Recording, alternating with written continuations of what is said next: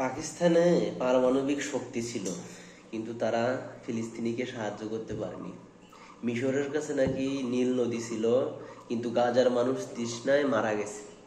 Saudi আরব এবং সংযুক্ত আরব আমিরাতে তাদের তেলের সমুদ্র ছিল, কিন্তু গাজার হাসপাতালে যাওয়ার জন্য অ্যাম্বুলেন্সের তেল ছিল না, জ্বালানি ছিল না।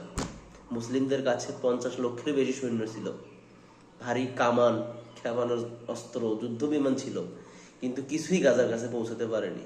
কিসের জন্য? এটা শুধুমাত্র নিজেদের ব্যর্থতা।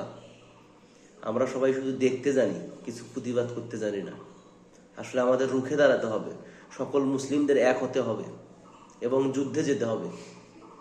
ইসরায়েলদের হটাতে হবে, এটাই হচ্ছে আমাদের শেষ চাওয়া। এবং মৃত্যুর আগ পর্যন্ত আমাদের আল্লাহর কাছে একটাই অনুরোধ, এবং ইসরায়েলদের যাতে ধ্বংস আমরা দেখে যেতে পারি।